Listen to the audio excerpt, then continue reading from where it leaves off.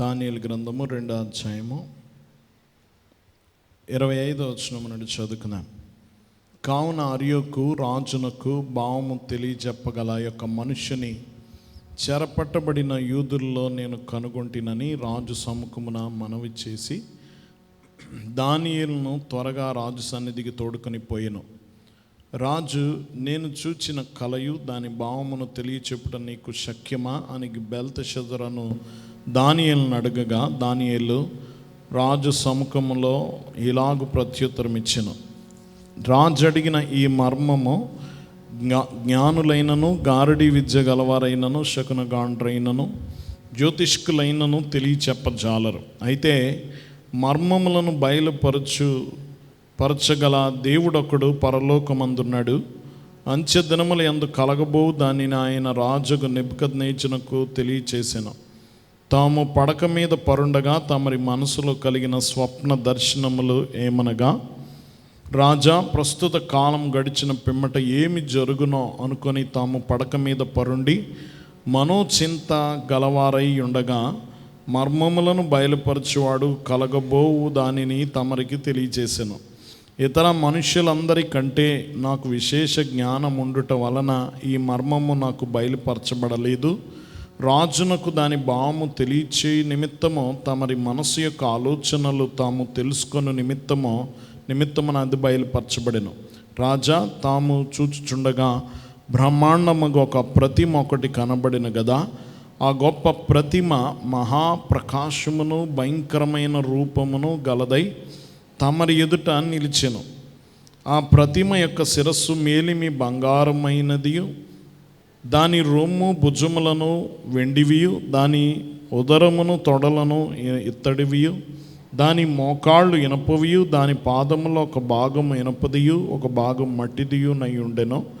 మరియు చేతి సహాయమును లేక తీయబడిన ఒక రాయి ఇనుమును మట్టియు కలిగిన ఆ ప్రతిమ యొక్క పాదముల మీద పడి దాని పాదములను తుత్తునీలుగా విరగొట్టినట్టు తమకు కనబడెను. అంతటా ఇనుమును మట్టియు ఇత్తడియు వెండియు బంగారమును ఏకముగా దంచబడి కళ్ళెములోని చెత్తవలే కాగా వాటికి స్థలము ఎచ్చటను దొరకకుండా గాలి వాటిని కొట్టుకొని పోయెను. ప్రతిమను విరగొట్టిన రాయి సర్వభూతలమంతా మహాపర్వతమాయెను. తాము కనిన కళ ఇదే, దాని భావము రాజు సముఖమున మేము తెలియచెప్పెదము. ప్రార్థించుకుందాం. మహోన్నతుడా, సర్వోన్నతుడా, గనుడా, నీకు వందనాలు తండ్రి. మేము దానియేలు గ్రంథము నుండి అనేక విషయాలు మేము నేర్చుకుంటూ ఉన్నాం, ధ్యానించుకుంటూ ఉన్నాం. ఈ వాక్యం మా జీవితంలో ఫలింపచేయము. కడవరి దిన సంగతులు దేవా, ఈ కాలంలో జరుగు సంగతులన్నిటినీ నీ వాక్యములో ప్రవచనములుగా నిక్షిప్తము చేసిన తండ్రి, నీకు వందనాలు దేవా. మేము వినబో వాక్యము ద్వారా మా అందరి జీవితాలను వెలిగించి సత్యమును గ్రహించి సత్యమందు స్థిరపడగల ధన్యత దయచేయమని, నీ వాక్యమే సత్యమని దేవా నువ్వు సెలవిచ్చావు గనక ఆ వాక్యములో మా జీవితాలను స్థిరపరచము. ఆత్మ ద్వారా ఈ సంగతులన్నీ మా జీవితంలో ప్రభా అది ఫలించినట్లు సహాయం దయచేయమని యేసునామమున వేడుకొనుచున్నాం తండ్రి. దేవుని సన్నిధిలో ఉన్న ప్రియ విశ్వాసులారా, క్రీస్తు యేసు యొక్క దివ్య దీవెన మనందరికీ ప్రభు అనుగ్రహించును గాక. దేవుని సన్నిధిలో ఉన్న ప్రియ విశ్వాసులారా, దానియేలు గ్రంథములో ఉన్న సంగతులు మనము ఒక్కొక్కటిగా ధ్యానము చేసుకుంటూ ఉన్నాం. గత 2 వారాలు కూడా దానియేలు గ్రంథ వాక్యములు ధ్యానం చేశాం. ఇది 3వ భాగం మనం చూస్తూ ఉన్నాం. దానియేలు 2వ అధ్యాయములో ఈ యొక్క కథ మనం చూస్తున్నాం. బైబిల్లోని చాలా ప్రాముఖ్యమైన అధ్యాయాల్లో దానియేలు 2వ అధ్యాయము ఒకటి. ఇది ఏం చెప్తుంది అంటే, దేవుని యొక్క దృక్కోణంలో నుండి దేవుని యొక్క సంకల్పములో ప్రపంచ చరిత్ర ఏ విధంగా ఉండబోతుంది, ఏ విధంగా భవిష్యత్తు విషయాలు ఉండబోతున్నాయి, ఎలాంటి రాజ్యాలు ఏర్పడబోతున్నాయి, దేవుడు ఎలాగా ఈ ప్రపంచ చరిత్ర నడిపించబోతున్నాడు అనేది ఈ 2వ అధ్యాయంలో మనం చూస్తాం. ఇది చాలామంది మనము చరిత్ర చదువుకుంటూ ఉంటాం. మనము 10th వరకు కానీ కొంతమంది డిగ్రీల్లో ఇంటర్లో కూడా హిస్టరీ అనేది చదువుతూ ఉంటారు. హిస్టరీ అనేది అంటే చరిత్ర, మన దేశ చరిత్ర కావచ్చు, స్వతంత్ర చరిత్ర కావచ్చు, గమనించిన రాజుల చరిత్రలు కావచ్చు, మన సంస్కృతి సాంప్రదాయాలు ఇవన్నీ కూడా చదువుకుంటూ ఉంటాం చరిత్రలో. ఇది ప్రపంచ చరిత్ర, పూర్తిగా ప్రపంచ చరిత్ర ముందుగా ప్రవచనముగా చెప్పబడింది. ఇది దేవుని బిడ్డలారా, ప్రవచనాలు ఏ విధంగా ఉండబోతుంది? ప్రవచనం అంటే ముందుగా తెలియజేయడం, ఎలాంటి రాజ్యాలు ఏర్పడబోతాయి, దేవుడు ఎలా తీర్పు తీర్చబోతున్నాడు, ఇవన్నీ కూడా ఈ కథలో నిక్షిప్తం చేశాడు. అంచె దినముల్లో జీవిస్తున్నాం మనము. ఈ సంగతులు తెలుసుకున్నట చాలా ఆవశ్యకం మనకి. ఇవి మనం ఎరిగుండుట ముఖ్యం దేవుని బిడ్డలారా. కాబట్టి ఇవి చదువుకోవాలి.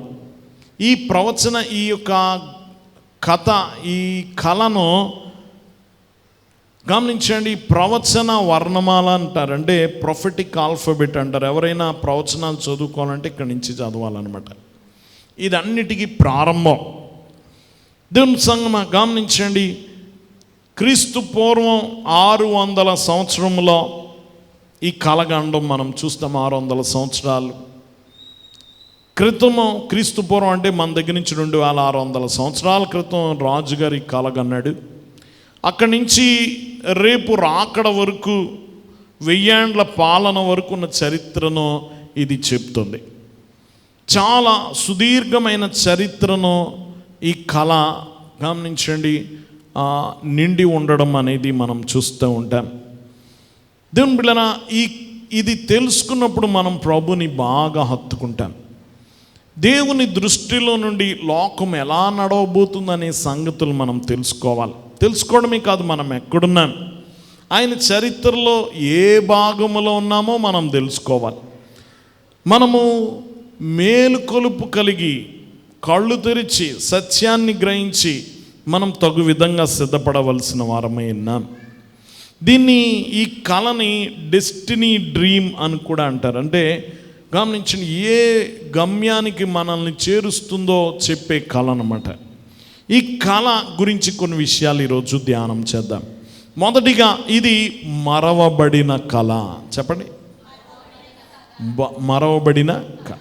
గత వారాల్లో మనం చెప్పుకున్నాం, బబులోను రాజు నెబుకద్నెజరు ఇశ్రాయేలు దేశానికి వచ్చి అక్కడ ఆ దేశాన్ని నాశనం చేసి బానిసలైన వారిని తీసుకుని వచ్చి అందులో యవన బిడ్డలని కోటలోనికి తీసుకొచ్చి బబులోను విద్యల్లో నేర్పించి ఎలాగా దేవుని కొరకు ఈ యొక్క దానియేలు 3 స్నేహితులు దేవుని కొరకు నిలబడడం ద్వారా దేవుడు వారి జ్ఞానమందు ఎలా వృద్ధి చేశాడో, వారిని రాజు యొక్క స్థానములో, రాజు యొక్క సంస్థానములో ఒక ఉన్నతమైన స్థితిలో వారిని ఎలా నిలవబెట్టాడో గమనించడం మనం చూసాం.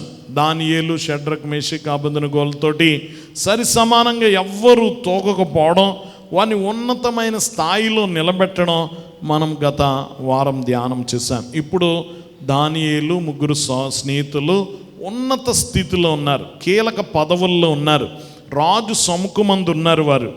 వారు ఉన్నత స్థితిలో ఉండగా ఈ యొక్క కథ జరగడం మనం చూస్తాం.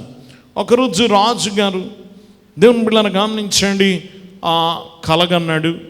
ఆ కళ ఉదయం లేచేటప్పటికి నిద్రపోయాడు, మర్చిపోయాడు. ఆ కళ మర్చిపోయాడు. గమనించండి, ఆ కళ మర్చిపోయిన తర్వాత ఉదయం లేచి ఆ కళ కొరకు చాలా తాపత్రయపడుతున్నాడు. ఆ కళలో ఏదో జరిగింది, భయంకరమైనది ఏదో జరిగింది, కానీ అది మాత్రం గుర్తుకు రావట్లేదు. పడుకోలేకపోతున్నాడు, లేవలేకపోతున్నాడు, అదే చింతతో ఉన్నాడు. గమనించండి, ఎప్పుడైతే అతడు ఆ కళ మర్చిపోయాడో గమనించండి, ఈ ఆలోచనలన్నీ నిండిపోయినాయి. ఇతనికి ఆ ఆలోచనలన్నీ నిండిపోయి తన సముఖంలో ఉండు మంత్రగాళ్ళని, జ్యోతిష్కులను వీళ్ళందరినీ పిలిపించాడు. ఆ జ్ఞానులందరినీ పిలిపించాడు. వారందరితో ఈ యొక్క నెబుకద్నెజరు చెప్తూ ఉన్నాడు, ఇదిగో చూడండి, నేను రాత్రి ఒక కలగన్నాను, ఆ కలభావం కావాలి నాకు. అని చెప్తే, రాజా కళ ఏంటో చెప్పు, దాని భావము తప్పకుండా మేము చెప్తామని వారందరూ జవాబిస్తే ఆయన అన్నాడు, కళ మర్చిపోయాను అన్నాడు. ఏం మర్చిపోయాడట? కళ మర్చిపోయాను. ఇప్పుడు కళ మర్చిపోయాను కాబట్టి మీరు కళ చెప్పాలి, దాని భావము కూడా చెప్పాలన్నాడు.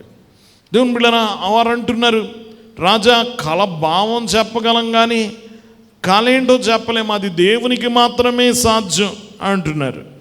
అది దేవునికి మాత్రమే సాధ్యం అంటున్నాడు.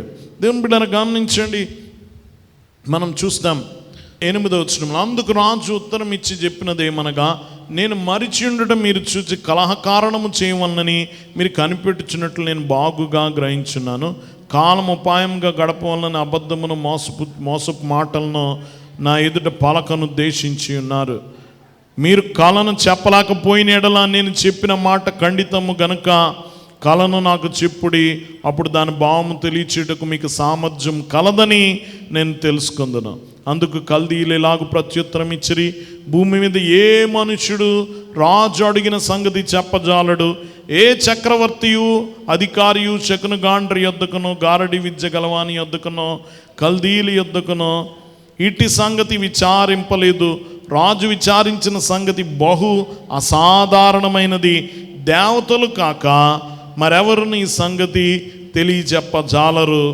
దేవతల నివాసములు శరీరాల మధ్య ఉండవు కదా. అందుకు రాజు కోపం తెచ్చుకొని అత్యాగ్రహం గలవాడై బబులోనులోని జ్ఞానులందరినీ సంహరింపవలనని ఆజ్ఞ ఇచ్చిన. గమనించండి, వారు చెప్తున్నారు, ఇదిగో రాజా, నువ్వు చెప్పింది ఎవ్వరు చేయలేరు, దేవునికే తెలుస్తుంది అదంతా. కళ అవన్నీ తెలుసుకున్నట్టు దేవతల వశము కానీ మనుష్యులు ఎవ్వరూ చెప్పలేరు కదా అని చెప్తా అంటున్నాడు. అయితే మిమ్మల్ని అందరినీ చంపేయండి అన్నాడు. మొత్తం జ్ఞానులందరినీ సంహరించడానికి ఆజ్ఞ ఇచ్చాడు. దేవుని బిడ్డలు గమనించండి, ఇతడు చాలా ఆందోళనలో ఉన్నాడు. ఆ కళ అతన్ని చాలా ఇబ్బంది పెడుతుంది. ఈ ఆలోచనలతో నిండిపోయాడు. అందుకనే చంపడానికి ఆదేశించేశాడు. ఇతడు ఆ రాజు కళ చెప్పినప్పుడు కూడా ఒక మాట అంటాడు. ఈ దానియేలు కళ భావము చెప్తూ ఉండగా ఒక మాట అంటాడు. 29వ వచనం, రాజా ప్రస్తుత కాలం గడిచిన పిమ్మట ఏమి జరుగునో అనుకొని తాము పడక మీద పరుండి మనోచింత గలవారై ఉండగా, మనోచింత కలిగిన వాడు ఉన్నాడట. రాజు కిరీటాన్ని ధరించిన రాజు తలలో అనేక ఆలోచనలు ఉంటాయి కదా. ఏ ఆలోచన లేని పిల్లలు హాయిగా నిద్రపోతారు. మనిషి ఎదిగే కొలది మనసు దేంతో నిండిపోతాయి. మనం కీలక స్థానాల్లో అధికారంలోకి వచ్చే కొలది కూడా, ఆ నాయకత్వం ఆ స్థితి పెరిగే కొలది కూడా మన మీద ఏం పెరిగిపోతాయి? ఆలోచనలు పెరిగిపోతాయి, ఒత్తిళ్ళు పెరిగిపోతాయి. నువ్వు అధికారాన్ని పొందుతున్న కొలది ఒత్తిడి ఎక్కువైపోతాయి. దేవుని బిడ్డలారా, మనం నిద్ర కోల్పోతూ ఉంటాం, గమనించండి, నెమ్మది కోల్పోతూ ఉంటాం. ఈ సమస్యను ఎలా పరిష్కరించాలి, ఈ పోటీలో ఎలా నిలబడాలి, ఈ వ్యాపారంలో నేను నెంబర్ 1 ఎలాగవ్వాలి, ఇన్ని ఆలోచనలో దేవుని బిడ్డలారా. కాబట్టి గమనించండి, నీకు ఉన్నత స్థాయి, మంచి డబ్బు, అధికారము, పొగడతలు, ప్రశంసలు నీకు ఇవ్వగలదేమో కానీ ఆత్మకు శాంతి ఇవ్వలేదు. ఏమవ్వలేదు? సమాధానం ఉండదు. నువ్వు ఎదిగే కొలది నెమ్మది కోల్పోతావు. దేవుని బిడ్డలారా, నీకు నెమ్మది కోల్పోతావు ఎదిగే కొలది. వాక్యం వింటున్న వాళ్ళారా గమనించండి. కాబట్టి ఇతడికి చాలా ఆలోచనలు, మనోచింతన కలిగి ఉన్నాడు. ఏమీ లేని మనమే అంత ఆలోచించేస్తామో. మొత్తం ప్రపంచాన్ని ఏలుతున్న రాజు తలలో ఎన్ని ఆలోచనలు ఉంటాయి? చాలా ఆలోచనలు. దేవుని బిడ్డలారా గమనించండి, వారందరికీ ఆజ్ఞ ఇచ్చాడు, మీరు కానీ చెప్పలేకపోతే మమ్మల్ని చంపేయమన్నాడు. దేవుని బిడ్డలారా, వారు అంటున్నారు, మేమేమి చెప్పలేము, కేవలం దేవతలు తప్ప ఎవరు చేయలేరు అన్నాడు. అయితే వారందరినీ చంపమని ఆజ్ఞ ఇచ్చేసాడు. దేవుని సంగమ గమనించండి, వాక్యం వింటున్న వాళ్ళరా, మరవబడిన కళ. మొదటిదండి మరవబడిన కళ. మనం కూడా చాలా కళలు మర్చిపోతాం కదా. మనకు వచ్చిన కళలు ఎన్ని గుర్తుంటాయి? చాలా తక్కువ గుర్తుంటాయి. కొన్ని ఏదో ఒకటి గుర్తుంటుంది. చూడండి, మనం పొద్దున్న లేవగానే ఆ కళ ఏదో మర్చిపోయాను అని కూర్చొని పడుకొని ఏదో ఒక చిన్న తీగ లాంటిది దొరికిందనుకుని దాన్ని అట్టుకొని లాగుతూ ఉంటాం. ఇంకేమన్నా గుర్తొస్తుందా? చాలా మన మనసులో పీకుతూ ఉంటుంది. ఆ కళ ఏంటో వెనక్కి తెచ్చుకోవడానికి చాలా తిప్పలు పడుతూ ఉంటాయి. అలాగా గమనించిన కాలం మరిచిపోయాడు ఈయన. గమనించండి, ఇక్కడ కొన్ని సత్యాలు తెలుసుకోవాలి. ఏమిటంటే, మరవబడిన కళ కొన్ని పాఠాలు నేర్పుతుంది. ఒకటి, మానవ శక్తి యొక్క అసమర్థత. మానవ రాజే, ప్రపంచాన్ని ఏలుతున్న రాజు, ప్రపంచంలో అతి ప్రభావవంతుడు, శక్తిమంతుడైన రాజు, కానీ సొంత కళ జ్ఞాపకం తెచ్చుకోలేకపోయాడు. అసమర్థత కాదు ఇది, చెప్పాలి, అసమర్థతే. దేవుని బిడ్డలారా గమనించండి, డబ్బు విజయాలతో ఈ లోక సంబంధమైన విషయాలు పొందుకోవచ్చేమో కానీ ఆత్మ సంబంధమైన విషయాలను పొందుకోలేవు. ఆత్మ సంబంధమైన విషయాలు పొందుకోలేవు. దేవుని బిడ్డ, లోకంలో డబ్బు ఉంటే అన్నీ వచ్చేస్తాయి అనుకుంటావేమో, ఆత్మ సంబంధమైనది ఒక్కడ కూడా రాదు. ఈ కలభావం కూడా వెనక్కి తెచ్చుకోలేకపోయాడు.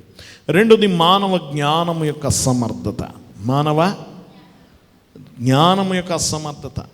ఈ పెద్ద రాజు, ప్రపంచాన్ని ఏలుతున్న రాజు సన్నిధిలో కొన్ని వందల మంది జ్ఞానులు, సంపన్నులు, జ్ఞాన సమృద్ధి కలిగిన వారందరూ ఉన్నారు. కానీ ఒక్కరు కూడా కలభావాన్ని, కళను చెప్పలేకపోయారు. దేవుని బిడ్డలారా,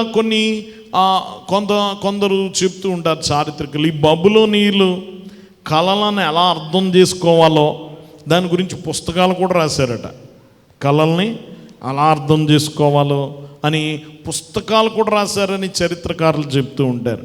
దేవుని బిడ్డలారా, కానీ వీళ్ళు ఇంత గొప్ప జ్ఞానము, ఇంత పాండిత్యము, ఇన్ని తెలివితేటలు, ఇంత పెద్ద జ్ఞానుల సమూహము ఒక్క కళను గమనించండి తెలపలేకపోయింది. వ్యర్థం, విఫలమైపోయింది వాళ్ళ జ్ఞానమంతా విఫలమైపోయింది. నిజంగా ఆయన అంతా ఎందుకు విసిగిపోయి చంపమన్నాడంటే, అంతమందిని పోషిస్తున్నాను, ఇందులో ఒక్కడు కూడా నా కళను చెప్పలేకపోయాడే. ఈ జ్ఞానమంతా విఫలమైపోయింది, లోక జ్ఞానమంతా విఫలమైపోయింది. మూడోది, మానవ హృదయం యొక్క ఆకలి. చూడండి, ఇంకెంత ఆకలి. ఈయనకు ఒక కళ వచ్చింది, దాని భావం అలా చెప్పలేకపోయారు. దాన్ని చంపేచ్చా? చెప్పాలి.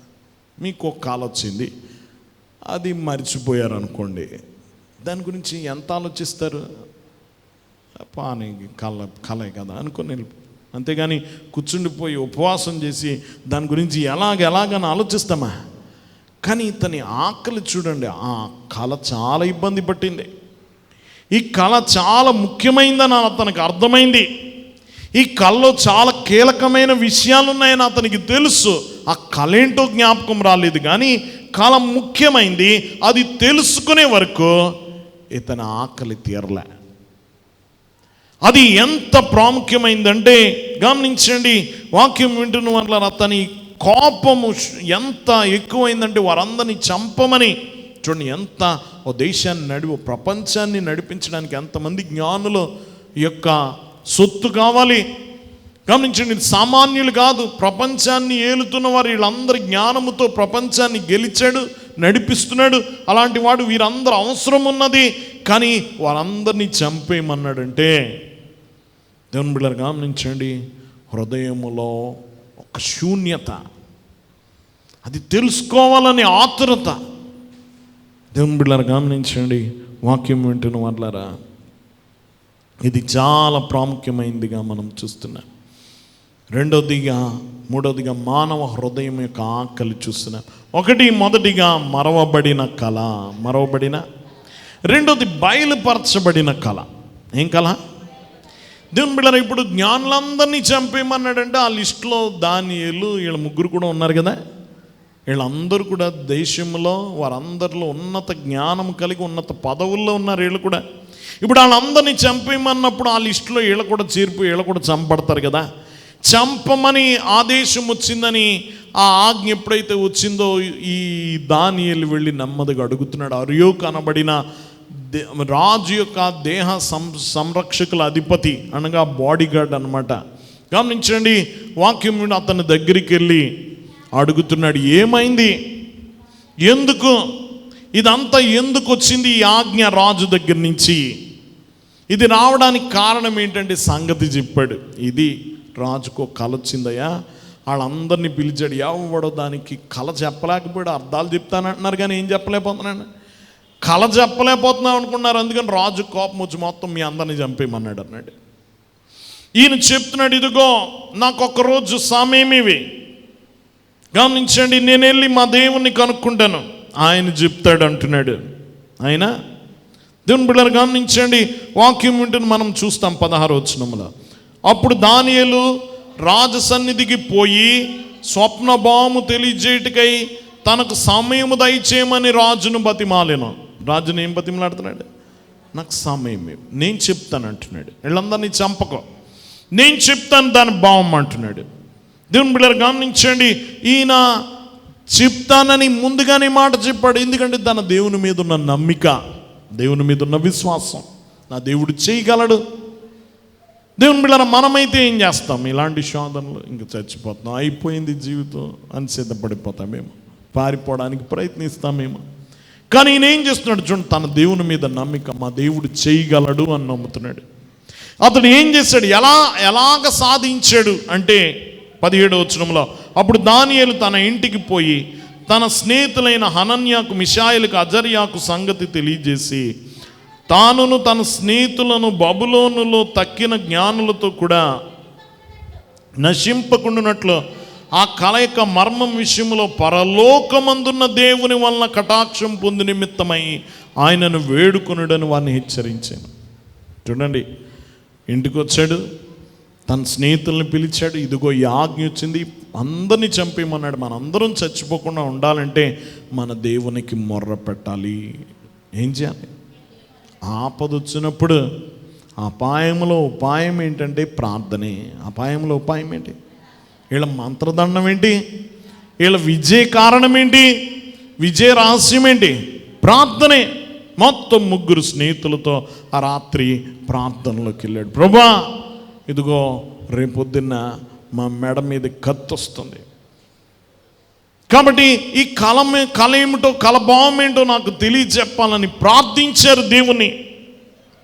గమనించండి, వెంటనే దేవుడు బయలుపరిచాడు. అంతటా రాత్రి యందు దర్శనము చేత ఆ మర్మము దానియేలునకు బయలుపరచబడిన గనక దానియేలు పరలోకమందున్న దేవుని స్తుతించాను. ఆ రాత్రి దేవుడు బయలుపరిచాడట. ఏం బయలుపరిచాడు, కళ బయలుపరిచాడు, దాని భావాన్ని బయలుపరిచాడు. ఏం చేస్తే వచ్చింది అది, ప్రార్థన కదా. చింతిస్తే వస్తుందా చెప్పాలి, జుట్టు పీక్కుండా వస్తుందా, నువ్వు మొత్తం అన్ని తిరిగేస్తావు దేవుని దగ్గరికి తప్ప, అన్ని తలుపులు కొట్టేస్తావు దేవుని తలుపు తప్ప, అన్నీ వెతికేస్తావు, అన్ని హాస్పిటల్స్ తిరిగేస్తావు, అందరు సలహాలు తీసేసుకుంటా, గమనించిన అన్ని బ్యాంకులు తలుపు తట్టేస్తాం, అన్ని అప్పుల కొరకు ఎదురు చూస్తావు, కానీ దేవుని తలుపు తట్టం, చివరాకనే కొడతాం అన్నమాట తలుపు. దేవుని బిడ్డలారా, కాబట్టి ముందే ఎవరు తలుపు తట్టాలి, దేవుని తలుపు తట్టాలి. వీళ్ళు ముందు దేవుని దగ్గర మోకరించారు, దేవుని అడుగుతున్నారు. దేవుని బిడ్డలారా గమనించండి, వాక్యం వింటున్న వాళ్ళరా జాగ్రత్తగా గమనించండి. దేవుడు చెప్పాడు, దేవుడు చెప్పగానే మనమైతే పరిగెత్తుకు వెళ్ళిపోతాం రాత్రికి రాత్రే, నాకు తెలిసిపోయిందో అని. కానీ చూడండి, ఎంత నిదానంగా కూర్చొని దేవుని స్తుతించాడు. ముందు ఏం చేశాడు, స్తుతించాడు.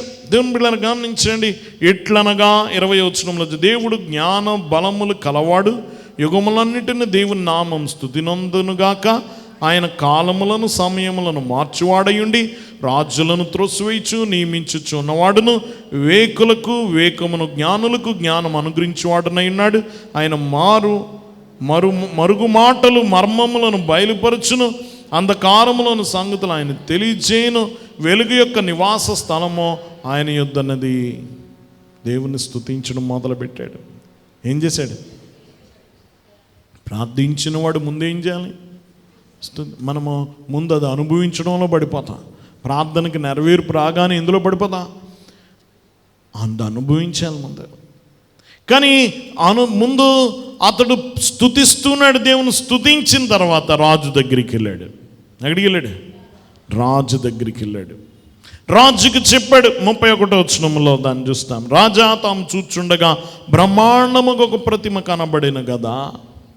ఆ రాత్రి ఏం జరిగిందో చెప్తున్నాడు. ఎంత వింత, ఎంత అద్భుతం. రాజు సరే చెప్పు, ఏం చెప్తావా అని కూర్చున్నాడు. రాత్రి నువ్వు ఆలోచిస్తూ పడుకున్నావు, నా తర్వాత ఏమవుద్ది, నా తర్వాత ఈ రాజ్యం ఏమవుతుంది. ప్రతి ఓడి చింతది. పీఠం ఎక్కినోడు అంతా ఎక్కే వరకు ఒక రకంగా ఎక్కిన తర్వాత బాధ్యత ఏంటి? దీన్ని ఎలా కాపాడుకోవాలి కదా. నా తర్వాత ఈ రాజ్యం ఏమవుతుంది, నా బిడ్డలు కాపాడుకుంటారా ఈ సింహాసనాన్ని అని ఆలోచిస్తున్నాడట. ఈ ఆలోచనలతో నిండిపోయింది అతని జీవితం. అది కూడా చెప్తున్నాడు. నీకేం ఆలోచిస్తున్నావు కూడా దానియేలు చెప్తున్నాడు. అలా ఆలోచిస్తున్న నిద్రలోకి వెళ్తే ఈ కళ వచ్చింది. ఆ కళ ఏంటి?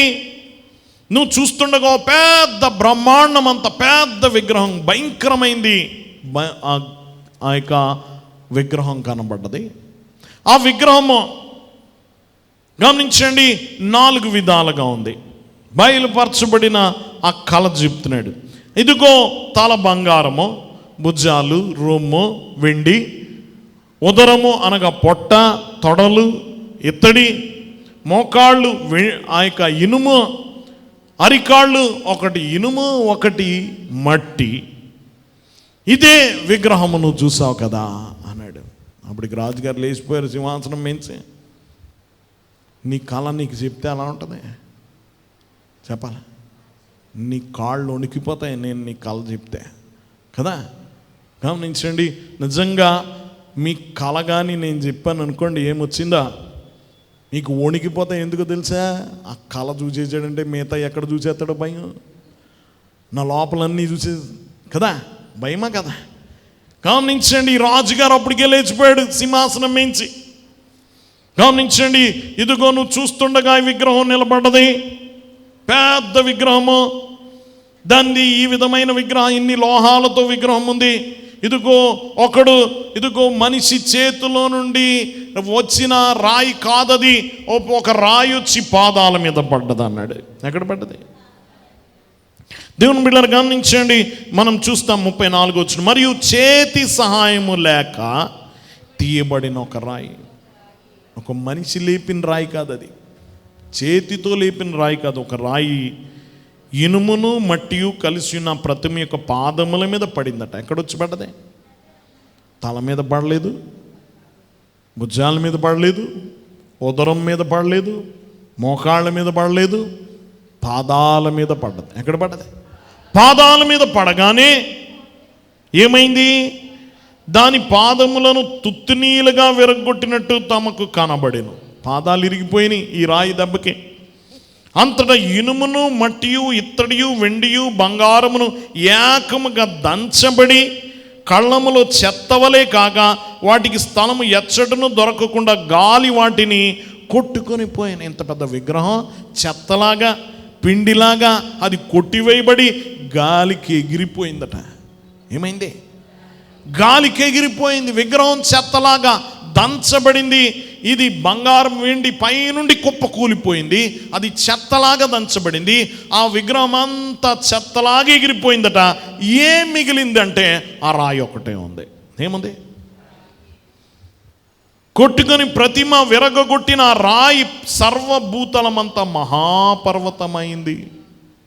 భూమంతా కప్పేసేంత పెద్ద కొండ కింద మారిపోయిందట. పెద్ద పర్వతంలా మారిపోయింది. దేవుని బిడ్డలారా గమనించండి, వాక్యం వింటున్న వాళ్ళారా, తాము కనిన కళ ఇదే. ఇప్పటికే కాళ్ళ మీద పడిపోయాడు ఆయన. గమనించండి, ఇదిగో తాము కనిన కళ ఇదే అన్నాడు. దాని భావం కూడా చెప్తాను, కంగారు పడక రాజా, ఇంకా ఉంది, అప్పుడే కాళ్ళ మీద పడిపోక ఇంకా ఉందని చెప్తున్నాడు. గమనించండి, ఇక్కడ దాని భావము చెప్తున్నాడు. రాజా, పరలోకమందున్న దేవుడు రాజ్యమును అధికారమును బలమును ఘనతయు తమకు అనుగ్రహించి ఉన్నాడు. తమ రాజులకు రాజు అయి ఉన్నారు. ఆయన మనుషులు నివసించు ప్రతి స్థలమందును మనుషుల్నేమి, జంతువులనేమి, ఆకాశ పక్షుల్నేమి అన్నిటినీ ఆయన తమరి చేతికి అప్పగించున్నాడు. వారందరి మీద తమరి ప్రభుత్వమును అనుగ్రహించున్నాడు. తామే ఆ బంగారు శిరస్సు. ఎవరు? రాజా, నీ పాలన ఎలాంటిది? బంగారం లాంటిది. ఆ శిరస్సు ఎవరు? మీరే. మీరే ఆ శిరస్సు. మీ పాలన సువర్ణము లాంటిది, బంగారం లాంటిది. ఎలాంటిది? సువర్ణం, బంగారం. దేవుని బిడ్డలారా గమనించండి, బంగారం లాంటి పాలన. ఇదివరకు ఇప్పుడున్న ముఖ్యమంత్రి గారు వచ్చారు, ఇదివరకు స్వర్ణాంధ్రప్రదేశ్ చేస్తానని. ఏం చేయాలి? బంగారపు అంటే పాలన అంత శ్రేష్టంగా ఉంటుందని అర్థం. అవును కదా? బంగారం లాంటిది నీ పాలన. రాజా, నీ పాలన ఎలాంటిది? బంగారం లాంటిది. అయితే నీ తర్వాత ఇంకొకడు వస్తాడు. దేవుని బిడ్డలను గమనించి, నీ రాజ్యం ఎప్పటికీ కొనసాగదని అర్థం. ఆలోచిస్తున్నాడు కదా, నా తర్వాత ఏమవుద్దని. నీ తర్వాత నీ పాలన, నీ కుమారులు అయిన తర్వాత నీ రాజ్యం శాశ్వత కాలం ఉండదు. నీ తర్వాత ఇంకొక రాజ్యం వస్తుంది. అది ఎలా ఉంటుందండి? నీ అంత శ్రేష్టంగా ఉండదు, కానీ వెండి లాంటిది. ఎలాంటిది? వెండి లాంటిది. దేవుని బిడ్డలను గమనించండి, తాము చనిపోయిన తర్వాత తమని రాజ్యం కంటే తక్కువైన రాజ్యం ఒకటి లేచును. వెండి లాంటిది అనమాట. అటు తర్వాత లోకమంతా ఏలునట్టి మూడవ రాజ్యము లేచును. అది ఇత్తడి వంటిదగును. మూడవది ఎలాంటిదట? ఇత్తడి లాంటిది. పిమ్మట నాలుగో రాజ్యం ఒకటి లేచును. అది ఇనుము వలె బలముగా ఉండును. ఇనుము సమస్తమైన వాటిని దంచి విరగొట్టినది కదా. ఇనుము పగలగొట్టినట్లు అది రాజ్యములన్నిటిని పగలగొట్టి పొడి చేయను. ఇది పాలన గురించి చెప్తున్నాడు. ఈ విగ్రహం యొక్క అర్థం ఏంటంటే, ఈ రాజ్యాలు అలాగ ఉండబోతున్నాయి. నీ పాలన బంగారంలాగా ఉంటుంది, నీ తర్వాతది వెండిలాగా, ఇంకొంచెం విలువ తక్కువగా, ఆ తర్వాత ఇత్తడిలాగా ఇంకా విలువ తక్కువగా, ఆ తర్వాత పాలన ఇనుములాగా ఇంకా విలువ తక్కువగా ఉంటుంది. ఆ తర్వాత కిందకు వచ్చి పాదాల దగ్గరికి వచ్చేటప్పటికి ఇనుము, మట్టి ఏమున్నాయి అంటే బలమైంది ఇనుము, బలహీనమైంది. అంటే రెండు రకాలైన రాజ్యాలు ఉంటాయి. బలమైన రాజ్యాలు ఉంటాయి, బలహీన రాజ్యాలు ఉంటాయి అన్నాడు. వివరణ చక్కగా ఇది చెప్పాడు. దేవుని బిడ్డలారా, ఒకటి మరవబడిన కళ, రెండు బయలుపరచబడిన కళ. ఈ విగ్రహం ఎలాగుందో చెప్పాడు. ఈ విగ్రహం ఎలా ఉంది? బంగారం తల, వెండి భుజాలు, వెండి ఛాతి, ఇత్తడి ఉదరము, తొడలు, మోకాళ్ళు ఇనుము, పాదాలు ఇనుము, మట్టి. రాయి పైనుంచి ఏది పడ్డదే? రాయి వచ్చి పడ్డది. ఇదంతా కుప్పకూలిపోయింది. ఆ రాయి పర్వతంలా మారిపోయింది, భూమి అంతటిని కప్పేసింది అన్నాడు. దీని వివరణ చెప్తున్నాడు. చూడండి దీనిది ఎలాగుందో, ఇది ఎలా బయలుపరిచాడు. పైనుండి చూస్తే బంగారం కంటే వెండి తక్కువ, వెండి కంటే ఇత్తడి తక్కువ, ఇత్తడి కంటే ఇనుము తక్కువ కదా. గమనించండి, విలువ తగ్గుతూ వచ్చిందా లేదా పైనుండి కిందకి? ఇంకో విషయం ఏంటో తెలుసా? పైనుండి కిందకు వచ్చే వరకు విలువ తగ్గుతుంది, కానీ బలం పెరుగుతుంది. బంగారం కంటే వెండి బలమైంది, వెండి కంటే ఇత్తడి బలమైంది, ఇత్తడి కంటే బలమైందా కదా చెప్పాలి. పైనుండి కిందకు వచ్చే వరకు విలువ తగ్గింది, కానీ బలం పెరిగింది. దేవుని బిడ్డలారా, దాని బలం పెరిగింది, కానీ పాదాల దగ్గరికి వచ్చేటప్పుడు బలహీనం అయిపోయింది, మట్టి ఇనుము. కాబట్టి గమనించండి, ఇది వివరిస్తున్నాడు. ఇదిగో వివరింపబడిన కళ, నువ్వు బంగారం లాంటోడు, నీ తర్వాత వచ్చేవారు ఇలా ఉంటారని. దేవుని వాక్యం వింటున్న వాళ్ళ గమనించండి. మనము ఇది ఆ కల్దీయ కాలములో, బబులోను రాజ్యములో అతడికి ఇవ్వబడిన కళ. ఇది వివరణ చెప్పాడు. నిజంగానే జరిగింది కదా. ప్రపంచాన్ని ఏలిన రాజు ఎవరంటే నెబుకద్నెజరు. మొదట ఆయన రాజ్యం బంగారం లాంటిదట. ఆయన తర్వాత ఏలిన రాజు ఎవరంటే కోరేషు. ఎవరు? పారసీక రాజ్యం. చెప్పండి, ఏ రాజ్యం? మన దేశం వరకు కూడా వెళ్ళాడు ఈ కోరేషు రాజు గారు. మన దేశంలో కూడా ఆ నాణాన్ని కూడా వదిలారు. మన కాయిన్ మీద, ఒక కాయిన్ మీద ఆయన ముద్ర వేశారు. సైరస్, కింగ్ సైరస్ అని ఉంటుంది. అంటే కోరేషు రాజు ప్రపంచాన్ని ఏలుతున్నప్పుడు ఇండియాను కూడా, భారతదేశాన్ని కూడా ఆయన ఏలాడు. కోరేషు రాజు. ఏం రాజు? ఆయనదే రాజ్యం పారసీక రాజ్యం, వెండి లాంటిది అనమాట.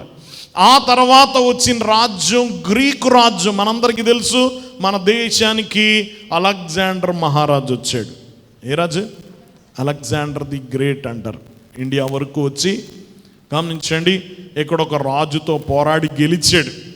గమనించండి, అలాంటి వాడు మొత్తం ప్రపంచాన్ని ఏలిన వాడు ఎవరంటే గ్రీకు రాజు అయిన అలెగ్జాండర్. అది ఇత్తడి రాజ్యం. ఏం రాజ్యం? ఇత్తడి లాంటి రాజ్యం. మొదటిదేమో బబులోను రాజ్యం, కల్దీయ రాజ్యం. రెండోది పారసీక రాజ్యం. మూడోది గమనించండి గ్రీకు రాజ్యం. ఏం రాజ్యం? గ్రీకు రాజ్యం. నాలుగోది ఏదంటే రోమా రాజ్యం. ఇనుము లాంటిది అనమాట. అలాంటిది ఇనుము, చాలా బలమైన. యేసు ప్రభు కాలంలో ఉన్న రాజ్యం ఏది? రోమా రాజ్యమే. యేసు ప్రభు పుట్టినప్పుడు ఉన్న రాజు ఎవరు? కైసర్ ఔగుస్తు. ఎవరు? సీజర్ అగస్టస్ అంటారు. ఆయన చక్రవర్తిగా ఉన్నాడు. ప్రపంచ చరిత్ర తెలిసిన వాళ్ళందరికీ రోమా రాజ్యం తెలుస్తుంది. ఏ చక్రవర్తులు దేవుని బిడ్డలారా, చాలామంది చక్రవర్తులు. ఔగుస్తు రాజు, ఎరెలియస్ అనే రాజు, గమనించండి టైటస్ అనే రాజు, ఇలా చాలామంది చక్రవర్తులు రోమా పీఠం మీద వెళ్ళారు. దేవుని బిడ్డలారా, వాళ్ళ రాజ్యాలు మనం చూస్తే మొదటిగా బబులోన్ రాజ్యం క్రీస్తు పూర్వం 612 నుంచి 539 వరకు కొనసాగింది. రెండోది పారసీక రాజ్యం 539 నుంచి 331 వరకు పారసీకులు పరిపాలించారు. మూడోది గమనించండి ఇత్తడి లాంటి రాజ్యం గ్రీకు రాజ్యం 331 నుంచి 63 క్రీస్తు పూర్వం 63 సంవత్సరం వరకు వారు పరిపాలించారు. నాలుగోది ఇనుము లాంటి ఆ యొక్క రోమా రాజ్యం క్రీస్తు పూర్వం 63 నుంచి క్రీస్తు శకం 474-76 వరకు కూడా ఎవరి రాజ్యం కొనసాగిందంటే రోమీల రాజ్యం. ఎవరి రాజ్యం? ఇది ప్రపంచ చరిత్ర కదా. ఏం చరిత్ర? ప్రపంచ చరిత్ర. మనం తెలుసుకోవాలి, మనము ఎలా ప్రపంచాన్ని ఎవరేలారనేది. ఇది ముందుగానే దేవుడు చెప్పాడు. ఇది ముందుగానే దేవుడు చెప్పాడు. దేవుని బిడ్డలారా గమనించండి, వాక్యం వింటున్న వాళ్ళరా, ఇదంతా జరుగుతుంది. ఆ తర్వాత వచ్చినాయి ఒక పాదం ఇనుము, ఓ పాదం అంటే మిశ్రమ ప్రభుత్వాలు. మిశ్రమ. ఇప్పుడు ప్రపంచం అంతటిని ఒకటి వెళ్తున్నాడా? మన దేశం అంతటిని మోడీ గారు ఒక్కడే కదా. పాకిస్తాన్ వెళ్తాడా? శ్రీలంకని వెళ్తాడా? మన దేశానికే పరిమితం కదా. చైనాని ఒక ఆయన వెళ్తున్నాడు, రష్యాని పుతిన్ గారు వెళ్తున్నారు. గమనించండి, చైనాని జింగ్పింగ్ గారు ఏలుతున్నాడు. గమనించండి, బ్రిటన్ ఒక ఆయన, అమెరికాని ఇప్పుడు ఎవరు బైడెన్ కదా ఒక ఆయన వెళ్తున్నాడు. ప్రపంచాన్ని అంతా ఒకడు వెళ్తున్నాడా? లేదు. మిశ్రమ ప్రభుత్వాలు, బలమైనవి ఉన్నాయి, బలహీనమైనవి ఉన్నాయి. ఇనుమంటే బలం, మట్టి అంటే చూడండి, మన దేశం చాలా బలమైంది కదా. మనకి చాలా ఆయుధ సంపత్తి, బలమైన దేశం. పక్కనే బంగ్లాదేశ్ ఉంటుంది, అది బలమైందా? చాలా బలమైంది. కింద శ్రీలంక ఉంటుంది, బలమైందా? బలహీనం కదా. గమనించండి, పాకిస్తాన్ మనకంటే బలహీనం. మనకంటే బలమైన రాజ్యం ఉంది, చైనా ఉంది. గమనించండి, అమెరికా దానికంటే పెద్ద రాజ్యం, రష్యా బలమైన రాజ్యాలు. అలాగే బలహీనమైన రాజ్యాలు రెండు కలిసి ఉన్నాయి. బలమైన రాజ్యాలు ఉన్నాయి, బలహీనమైన రాజ్యాలు. అదే అంటున్నాడు, మట్టి ఉంది, ఇనుము ఉంది. మిక్స్డ్ గవర్నమెంట్స్ అన్నమాట, మిశ్రమ ప్రభుత్వాలు. మిశ్రమ ప్రభుత్వాలు. అయితే రాయి ఎక్కడొచ్చి పడ్డది చెప్పాలి? పాదాల దగ్గర పడ్డది. ఎక్కడ? తల మీద పడలేదు, భుజం మీద పడలేదు, ఉదరం మీద పడలేదు, మోకాళ్ళ మీద పడలేదు, పాదాల మీద పడ్డది. ఇప్పుడు కాలం చూడండి. మొదట బబులోను కాలంలో గమనించండి, ఆ రాయి పడలేదు. పారసీక ప్రభుత్వంలో రాయి పడలేదు. గ్రీకుల పాలనలో ఆ రాయి పడలేదు. రోమీల ప్రభుత్వంలో రాయి పడలేదు. ఇప్పుడు మిశ్రమ ప్రభుత్వాలు మనం అన్నమాట. మట్టి ఇనుము కాలంలో ఉన్నాం. ఎక్కడున్నాం మనం? ఈ విగ్రహంలో మన స్థానం ఏంటో చెప్పండి మీరు. ఇప్పుడు తల దగ్గర ఉన్నారా? లేదు. ఎక్కడున్నారు? మోకాళ్ళ దగ్గర కూడా లేం, మనం పాదాల దగ్గర ఉన్నాం. ఎక్కడ? పాదాలు. మిశ్రమ ప్రభుత్వాలు. ఈ రాయి వచ్చి ఎక్కడ పడ్డది? పాదాల మీదే పడ్డది. ఈ రాయి ప్రభువే. చెప్పండి ఎవరు ఈ రాయి? ఎవరు? చేతి సహాయం లేకుండా. అంటే ఈ ప్రభుత్వాలన్నీ మనుషుల్లో నుంచి పుట్టాయి, కానీ ఈయన పైనుండి వచ్చాడు. ఈ రాయి ఎక్కడి నుంచి వచ్చింది? పైనుండి వచ్చింది, పాదాల మీద పడ్డది. ఎప్పుడైతే పాదాల మీద, పాదాల దగ్గర ఉన్న కాళ్ళు రెండు ఇరిగిపోయినాయి విగ్రహానికి. ఆ తర్వాత పైన తల నుండి మొత్తం విగ్రహం అంతా దంచబడి చెత్తవలే అయిపోయి గాలికి ఎగిరిపోయిందట. గాలికి. దేవుని బిడ్డలారా గమనించండి, జరగబోయేది ఇది. జరగబోయేది మనం ఎక్కడున్నామంటే మధ్యలో ఉన్నాం కదా. అటు గమనించిన తల దగ్గర లేము, భుజాల దగ్గర లేము, పొట్ట దగ్గర లేము, మోకాళ్ళ దగ్గర లేము, పాదాల దగ్గర ఉన్నా. ఇంకా రాయి ఇంకా పడలేదు, అక్కడే ఉన్నాం పాదాల దగ్గర. ప్రస్తుతం ఎదురు చూస్తున్నాం, రాయి ఎవరి మీద పడుతుంది ఇప్పుడు? ఏ కాలంలో పడుతుంది ఇప్పుడు? మన మీదే. ఈ మిశ్రమ ప్రభుత్వాలు వచ్చి ఎన్ని సంవత్సరాలు అయింది తెలుసా? గమనించండి, ఈ ఇనుము అంటే రోమా రాజ్యం కూలిపోయి దాదాపు 500 సంవత్సరం అనుకున్నా, 1500 ఏళ్ళు అయిపోయింది. అంటే మనం కాలం కిందకి పాదాల దాకా వచ్చేసాం. రేపో మాపో రాయి పడిపోయేటట్టు ఉంది. ఈ రాయి భూమి మీద పడడం అంటే ఏంటంటే ప్రభు తన రాజ్యముతో భూమి మీదకి రావడం. ఆయన రాజ్యంతో భూమి మీదకి రావడం. గమనించండి, ఇది ఎప్పుడు జరుగుతుంది? 7 ఏండ్ల శ్రమల తర్వాత జరుగుతుంది. చెప్పండి ఇప్పుడు రాయి వచ్చి పడితే మొత్తం విగ్రహం తుత్తి నీలుగా అయిపోయింది. మొత్తం గమనించండి, దంచబడింది, గాలికి ఎగిరిపోయిందట. ఈ రాయి పెరిగి పెరిగి మొత్తం భూతలం అంతా నింపేసిందట. యేసు ప్రభువే ఆ రాయి. యేసు ప్రభువే ఆయన భూమి మీదకి రావడమే ఆ రాయి భూమి మీద పడ్డాం. మనము గమనించండి, రాకడ పండగల కాలంలో చెప్పుకున్నాం. ప్రభు రాకడ 2 రకాలుగా ఉంటుంది. ఒకటి ర్యాప్చర్, మధ్యాకాశంలోకి వస్తాడు. ఆయన భూమి మీదకి రాడు. ఎక్కడికి వస్తాడు? మధ్యాకాశంలోకి వస్తాడు. ప్రభు రాకడ సూచనలు చెప్తాన్నాడు. ప్రభు ఇక్కడున్నాడు అక్కడున్నాడు అంటే నమ్మొద్దు. ఆయన భూమి మీదకి రాడు. ఎక్కడికి వస్తాడు? మధ్యాకాశంలోకి వస్తాడు. మనం అక్కడికి వెళ్తాం. సంఘము ఎత్తబడుతుంది. ఎత్తబడి ప్రభుతో ఏకమై పరలోకానికి వెళ్ళిపోతుంది సంఘం. 7 ఏండ్ల విందులో ఉంటుంది సంఘం. కింద ఏం జరుగుతుంది? 7 ఏండ్ల శ్రమ. 7 ఏండ్ల శ్రమ కలుగుతుంది. ఈ అంత్యక్రీస్తు అనేవాడు వస్తాడు 7 ఏండ్లలో. భూమి మీద ఉన్న రాజ్యాలన్నీ పోగేసుకుంటాడు అన్నమాట. ఎవరి మీదకి? దేవుని మీద దండెత్తడానికి. భూమి మీద ఉన్న రాజ్యాలన్నీ పోగేసుకుంటాడు. హర్మగెద్దోను యుద్ధం చేస్తాడు 7 ఏండ్ల శ్రమల ముగింపులో. యేసు ప్రభు అప్పుడు వస్తాడు పరలోకము నుండి భూమి మీదకి. అది 2వ రాకడ. మనం ఎత్తబడతాం, అది ర్యాప్చర్ అన్నమాట. ఆయన వస్తాడు, భూమి మీదకి వస్తాడు, అప్పుడు యుద్ధం చేయడానికి వస్తాడు. ఇప్పుడు మనం ఆయన వెంట వస్తాం. ఆయన వెంట చూడండి, నువ్వు రాకడలో ఎత్తబడ్డావు అనుకో, యేసు ప్రభు ముందు వెనక నువ్వు ఆయనతో యుద్ధం చేయడానికి భూమి మీదకి ఆయనతో పాటు పరలోకము నుండి భూమి మీదకి వస్తావు. అక్కడ చెప్తాడు కదా, గమనించండి, ఆయన గొప్ప ఊరేగింపుగా వస్తాడు పరలోకమును, ఆర్భాటముతోను ప్రధాన దూతను శబ్దముతోను. గమనించండి, దేవుని బోరతోనూ ప్రభు భూమి మీదకి వస్తాడు. ఆయనను చూచిన ప్రతి వారు రొమ్ము కొట్టుకుంటారు ఆ రోజు. అది ఎప్పుడంటే 7 ఏండ్ల శ్రమ ముగింపులా. నువ్వు ఎత్తబడ్డావనుకో ఆయన వెంట ఉంటాం. ఆయన వెనక ఉండి ఆయన పక్షంగా యుద్ధం చేస్తాం. మిగిలిపోయావనుకో ఆయనకు వ్యతిరేకంగా యుద్ధం చేస్తాం. ఆయనకి వ్యతిరేకంగా. ఒక రకంగా చెప్పాలంటే మీకు చిన్న సూచన. ఇప్పుడు రాయి యేసు ప్రభు భూమి మీదకి రావడం ఏంలాంటిది? రాయి పడడం లాంటిది. ఇప్పుడు నువ్వు రాయి మీద ఉన్నావా రాయి కింద ఉన్నావా అనేది అక్కడ తేలిపోద్ది అనమాట. రాయి పైన ఉన్నవా, రాయి కింద నలిగిపోతావా కదా.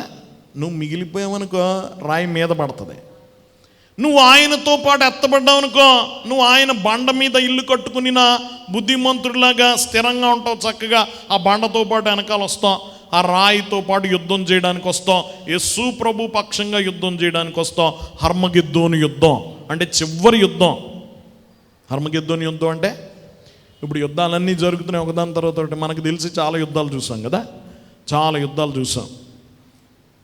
ఇరాక్ అమెరికా యుద్ధం చూసాం, ఇంకా చాలా యుద్ధాలు చూసాం కదా. ఆఫ్ఘనిస్తాన్ యుద్ధం చూసాం, ఇంకా ఈ మధ్య రష్యా ఉక్రెయిన్ యుద్ధం చూసాం. ఇప్పుడు ప్రస్తుతం ఇస్రాయిల్ పాలస్తీనా, ఇస్రాయిల్ లెబానోను యుద్ధాలు చూస్తున్నాం. ఈ యుద్ధాలన్నీ ఎప్పుడు ముగిస్తాయంటే హర్మగిద్దోను యుద్ధంతో ముగిస్తాయి. హర్మగిద్దోన్ అంటే మెగిద్దోన్ అనే ప్రాంతంలో యుద్ధం జరుగుతుంది, అది చివరి అనమాట. ఇంకా అన్ని యుద్ధాలకు అక్కడ ముగింపు. ఈ యుద్ధం ముగిసే వరకు యుద్ధాలు జరుగుతూనే ఉంటాయి. నువ్వెన్ని శాంతి చర్చలు చేసుకో, నువ్వెన్ని ప్రయత్నాలు చేసుకో, యుద్ధాలు జరుగుతూనే ఉంటాయి. ఈ యుద్ధం 7 ఏళ్ల శ్రమల తర్వాత ముగిస్తుంది. అప్పుడు అంత్యక్రీస్తు, గమనించిన క్రీస్తు విరోధి యుద్ధం చేయడానికి చాలా మందిని పోగేసుకుంటాడు. మనం విశ్వాస ప్రమాణంలో చెప్పుకుంటాం, గోగు మాగోగు అని వారిని వెంట పెట్టుకుని వచ్చును. గోగ్ అంటే గమనించిన చైనా అనమాట, మాగోగ్ అంటే రష్యా. అంత్యక్రీస్తు పక్షంగా యుద్ధం చేయడానికి ఇలా కొంతమందిని పోగేసుకొని, ప్రజలందరినీ పోగేసుకొని యుద్ధానికి వస్తాడు యేసు ప్రభు మీద. ఆ రోజు యుద్ధములో యేసు నగ్గి తన రాజ్యాన్ని భూమి మీద స్థాపిస్తాడు. 1000 ఏండ్లు ఆ పరిపాలన జరుగుతుంది. ఎన్నేళ్ళు? 1000 ఏండ్ల పరిపాలన సాగిస్తాడు. ఎన్నేళ్ళు? 1000 ఏండ్లు. ఈ రాయి చూడండి, మానవ చేతితో తయారు చేయబడింది కాదు, ఇది యేసు ప్రభు భూమి మీదకి రావడం. దేవుని బిడ్డలు గమనించండి, ఆయన ఇది చేతితో విసరబడని రాయి, స్వయంగా ఆయన వస్తాడు.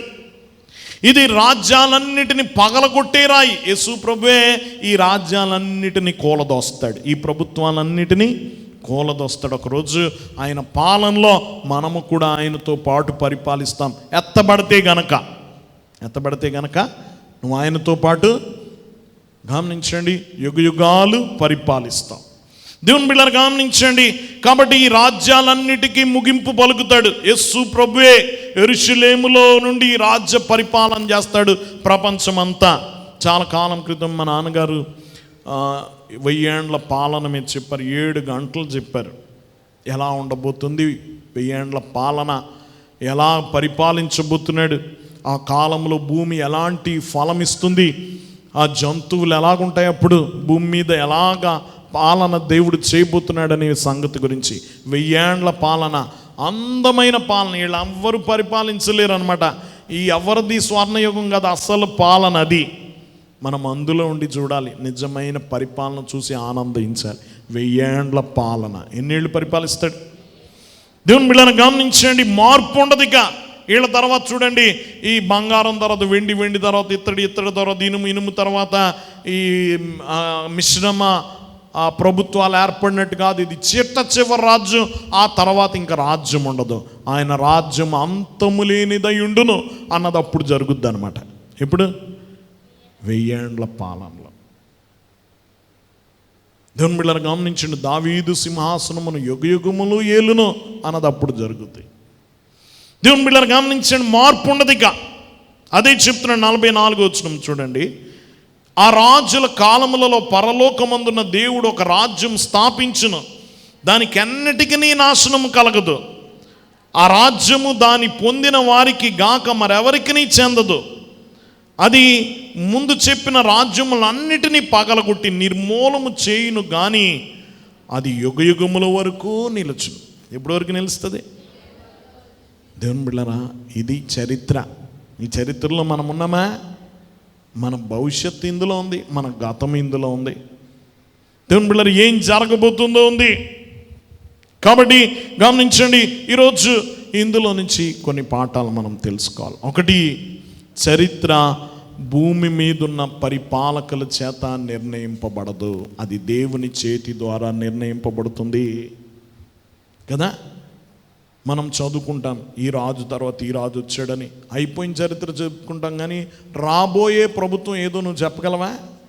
చెప్పాలి. దీని తర్వాత ఎవరిది వస్తుంది మన దేశంలో, మన రాష్ట్రంలో?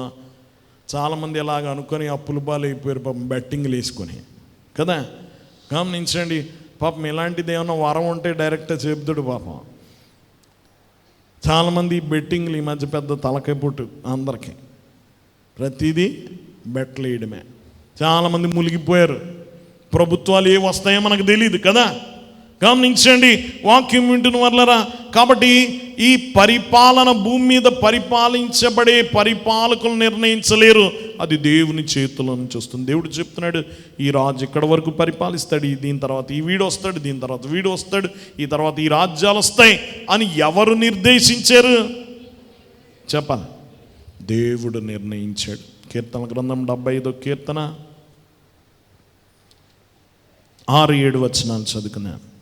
6-7. తూర్పు నుండి అయినను, పడమటి నుండి అయినను, అరణ్యము నుండి అయినను హెచ్చు కలగదు. దేవుడే తీర్పు తీర్చేవాడు. ఆయన ఒకడిని తగ్గించును, ఒకడిని తగ్గించాలన్నా హెచ్చించాలన్నా ఆయన తూర్పు నుండో, పడమ నుంచో, అరణ్యము నుంచో ఇంకెవరో శాసించలేరు. ఎవరి చేతిలో జరుగుతుంది? దేవుని చేతిలో నుండి. నియంత్రణ ఎవరి చేతిలో ఉంది? కంట్రోల్ ఎవరి చేతిలో ఉంది? కళ్ళం ఎవరి చేతిలో ఉంది? దేవుని చేతిలో ఉంది. రెండోది గమనించండి, అత్యంత దుష్ట సామ్రాజ్యం కూడా దేవుని శాశ్వతమైన ప్రణాళికలో భాగమే. ఈ కల్దీ రాజు ఏం మంచోడు కాదు. బబులోన్ రాజు మంచోడా? నెబుకద్నెజర్ దేశాన్ని తగలబెట్టాడు, దేవుని మందిరాన్ని కాల్చేశాడు, దేవుని బంగారు పాత్రలన్నీ ఎత్తుకుపోయాడు. ఇలాంటి వాడు గమనించండి, ఇలాంటి వాడిని కూడా దేవుడు వాడుకుంటున్నాడు. ఒక చోట అంటాడు, నా సేవకుడైన నెబుకద్నెజరు. అది కూడా ఎవరి ప్రణాళిక? ఈ క్రూరమైన రాజులు వెనకాల ఇంత దుర్మార్గుడు సాతాను పంపాడు అనుకుంటామేమో, కాదు, వెనకాల ఎవరున్నారు? అతన్ని కూడా దేవుడు వాడుకుంటాడు మేలు కొరకే. దేవుని బిడ్డలారా, గమనించండి, ఎంత గొప్ప కళ ఏ ప్రవక్తకో, దేవుణ్ణి నమ్ముకున్న ఏ యాజకుడికో రాలేదు. ఎవరికి వచ్చింది? ఒక అన్యమత క్రూర విగ్రహారాధికుడైన రాజుకు వచ్చింది ఈ కళ. దేవుడు ఎవరినైనా వాడుకోగలడు. దేవుని బిడ్డలారా, మూడోదిగా గమనించండి, శక్తివంతమైన సామ్రాజ్యాలు కూడా తాత్కాలికమైనవే. ఎలాంటివి? తాత్కాలికం, శాశ్వత కాలం కాదు. మనం అనుకుంటాం ఇక నాకు అంతం లేదు, నన్ను ఎవడేం చేయలేడు అనుకుంటామేమో. మనది చాలా చిన్న ఆయుష్కాలం కదా. చాలా, నాకు వేరుగా ఉండి మీరేమి చేయలేరు. కొంతమంది అనుకుంటారు నేను మొత్తం ప్రపంచాన్ని ఏలేను అనుకుంటాడు. ఒకడు గమనించండి, ప్రభు ఒకడిని గద్దించాడు. ఒకడు తన ఆస్తి బాగా పెరిగిందట, విస్తారంగా పెరిగి తన కొట్లలో వేసుకొని అనుకుంటున్నాడు, నా ప్రాణమా తినుము తాగుము సుఖించుము, నువ్వేంటి చక్కగా అనుభవించు అనుకుంటే ప్రభు అంటున్నాడు, వెర్రివాడ, ఈ రాత్రి ప్రాణం అడిగితే ఇవన్నీ ఎవరు అవుతాయి కదా. ఒక్కసారి నీ లైఫ్ కట్ చేసాడు అనుకోండి, అయిపోయింది. కాబట్టి మనం శాశ్వత కాలం ఉండం. మనం ఏ రాజ్యము శాశ్వత కాలం ఉండదు. దేవుని బిడ్డలారా గమనించండి, చూడండి, మనం చూస్తాం చాలా సమాధుల దగ్గరికి వెళ్ళండి, ఆ బోర్డులు ఉంటాయి. 100 ఏళ్ళు బతికినోడికైనా, ఉదాహరణకి 1924లో పుట్టాడు, ఇది 2024, 100 ఏళ్ళు బ్రతికాడు. 100 ఏళ్ళు బ్రతికాడని 24 నుంచి 1924 నుంచి 2024 అని ఇంత పెద్ద గీత గీస్తాడా? ఇంత గీతే. ప్రపంచం ఏమిస్తుందో తెలుసా? నీకు ఇంత గొయ్యి, ఇంత గీత. నువ్వు ఎవరైనా కానీ, నువ్వు రాజు అయినా అంత గీతే, బేకారుడు అయినా అంత గీతే. నీ జీవితం అంతా ఆ గీతలోనే సరిపెట్టుకోవాలి కదా. 100 ఏళ్ళు నేను ఎన్ని విజయాలు సాధించి ఇంత గీత వదిలేశారనుకుంటే కుదరదు. అంతే, ఇంత స్థలమే. లోకం అదే ఇస్తుంది. నువ్వు పేదవాడువైనా, గొప్పవాడువైనా, జ్ఞానివైనా, అందమైన వాడువైనా, అందహీనుడువైనా, నీకింత గొయ్యి, ఇంత గీత, అంతే. అంతకు మించి ఏమన్నా ఇస్తుందా? చెప్పదా? దేవుని బిడ్డలారా గమనించండి, ప్రపంచం మీకు ఇచ్చే ప్రతిఫలం ఇదే. నువ్వు ఇది జ్ఞాపకం ఉంచుకో. ఈ లోకం శాశ్వతంగా ఉండదు. అందుకనే జ్ఞానులైన వారు ఈ లోకంలో కోరుకోలేదు. అబ్రహాం గురించి చెప్తాడు హెబ్రీ పత్రిక 11:10లో. హెబ్రీ పత్రిక 11వ అధ్యాయము 10వ వచనములో, యాలైనగా దేవుడు దేనికి శిల్పియు నిర్మాణకుడై ఉన్నాడో పునాదులు గల ఆ పట్టణము కొరకు అబ్రహాము ఎదురు చూచుచుండెను. దేని కొరకు ఎదురు చూచట? పునాదులు కలిగిన పట్టణం కొరకు ఎదురు చూచాడట. దేవుని బిడ్డలారా 14వ వచనంలో చెప్తాడు, ఈలాగు చెప్పువారు తమ స్వదేశమును వెతుకుచున్నామని విశదపరుచున్నారు కదా, వారు ఏ దేశము నుండి వచ్చిన ఆ దేశమును జ్ఞాపకం ఉంచుకున్న ఎడల మరలా వెళ్ళుటకు వారికి వీలు కలిగిండును. అయితే వారు మరి శ్రేష్టమైన దేశమును అనగా పరలోక సంబంధమైన దేశమును దేని కొరకు ఎదురు చూస్తున్నారట? పరలోక సంబంధమైన దేశమును కోరుచున్నారు. అందుచేత తానే వారు దేవుడిని అనిపించుకున్నట్టుకు దేవుడు వారిని గూర్చి సిగ్గుపడడు. యాలయనగా ఆయన వారి కొరకు ఒక పట్టణము సిద్ధపరిచున్నాడు. ఏం సిద్ధపరిచాడట? మన కొరకు పట్టణం సిద్ధపరిచాడు. అక్కడ ఏడుపు లేదు, మరణము లేదు, సమాధులు లేవు, మనకు గీతలు లేవు కదా ముగింపు లేదు. ఇక ఉందా? గమనించండి, అక్కడ వీడుకోలు లేవు. ఇక్కడ మనం చచ్చిపోతే వీడుకోలు పలుకుతున్నామా? మనం పంపిస్తున్నా వీడుకోలు అక్కడ వీడుకోలు లేవు, ఎప్పటికీ బ్రతుకుంటా. అలాంటి పట్టణం కొరకు ఎదురు చూచారు తెలివైన వాళ్ళు. మనమేమో ఇదే శాశ్వతం అనుకొని బతికేస్తున్నాం. తెలిసి కూడా తెలీదా మనకే? ఇది శాశ్వత కాలం కాదు. దేవుని బిడ్డలారా గమనించండి, వాక్యం వింటున్న వాళ్ళారా జాగ్రత్తగా గమనించండి. ఇక్కడ మనం ఎల్లకాలం ఉండమో, ఒకరోజు మనమో వెళ్ళిపోతాం.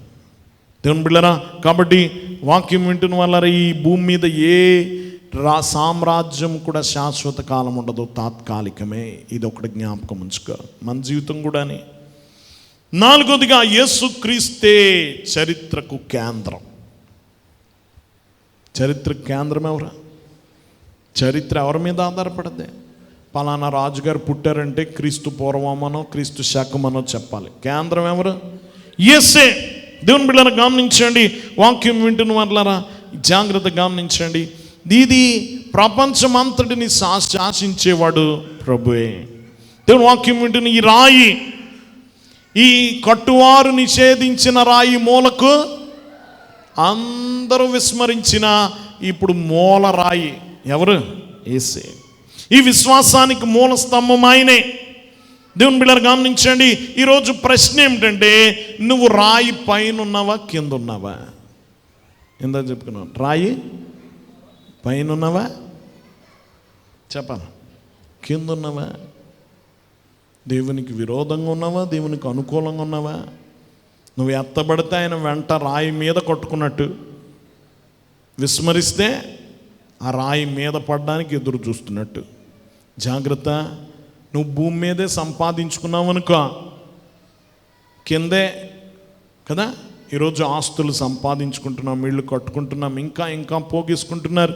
గమనించండి, ఒకరోజు ఆ రాయి వచ్చి మొత్తం గమనించండి ధ్వంసం చేసేస్తుంది ఈ రాజ్యాలన్నింటినీ.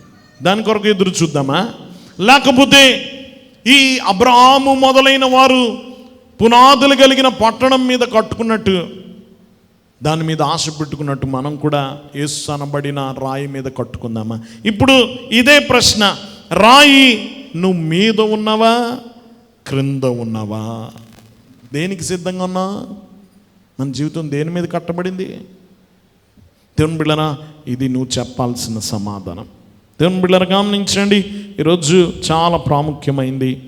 ఈ యొక్క రాయి మీద నీ జీవితాన్ని కట్టుకో ప్రభు అని అడిగిన ఆ మాటలు విని వాటి చెప్పిన చేయి ప్రతివాడు బండ మీద యేసు మాటలు విని యేసు మాట ప్రకారం జీవించి నీ ఆస్తి పరలోకంలో దాచుకొని భూమి మీద దాచుకోకుండా, గమనించండి వాక్యం వింటున్న వాళ్ళరా, నువ్వు యేసు ఎలా బ్రతకమన్నాడు అలా బ్రతికితే రాతి మీద కట్టుకొని సురక్షితంగా ఉంటావు.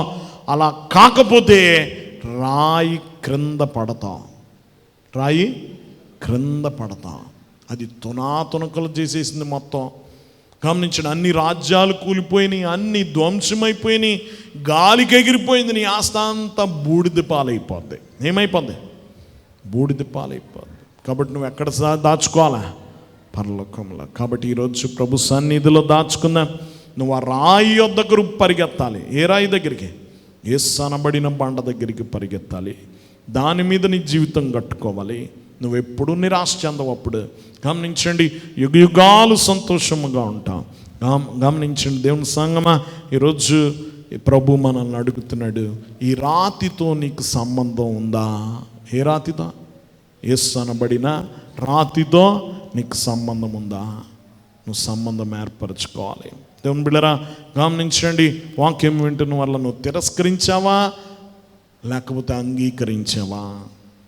అంగీకరించావా? ఆ బండ మీద ఇల్లు కట్టుకున్నవాడు అవుతావు. ఆ బండ యుగాలు 1000 ఏండ్ల పాలనలో ఆయనతో పాటు మనం ఉంటాము, లేకపోతే ఆయన కింద నలిగిపోతూ ఉంటాము. కాబట్టి మనం ఆయనతో పాటు ఆయన మీద మన గృహం కట్టుకోవాలి, మన జీవితం కట్టుకోవాలి. అలాంటి ధన్యత ప్రభు మనెల్లరికి అనుగ్రహించును గాక. ఆమేన్. మోకరించుకుందాం. దయనిధి ప్రేమ స్వరూపుడ మహోన్నతుడని కొందనాలు. ఈ వాక్యంలో నుండి మాతో మాట్లాడిన తండ్రి నీకు అనేక వందనాలు. దేవా, నీ దృష్టిలో నుండి లోక చరిత్రను చూడడానికి, చరిత్రలో మా స్థానము, మా భవిష్యత్తు మేము తెలుసుకోవడానికి కృప చూపిస్తున్నావు. నీకు వందనాలు. ఈ సత్యం ఎరిగి దేవా, నీతో సంబంధము కలిగి నీ రాజ్యం కొరకు సిద్ధపడచ్చు, నీ వెంట నడుచుటకు ఇష్టపడచ్చు. మేము జీవించగల ధన్యత దయచి ప్రతి బిడ్డను దీవించుము దేవా. ఈ లోక చరిత్ర మేము ఎరిగి మేము సిద్ధపడగల ధన్యత దయచేయమని మా కొరకు త్వరగా రానయ్యన్నా, రాజ్యము స్థిరపరచనయ్యన్నా యేసు నామమున వేడుకొనుచున్నాం తండ్రి. ఆమేన్.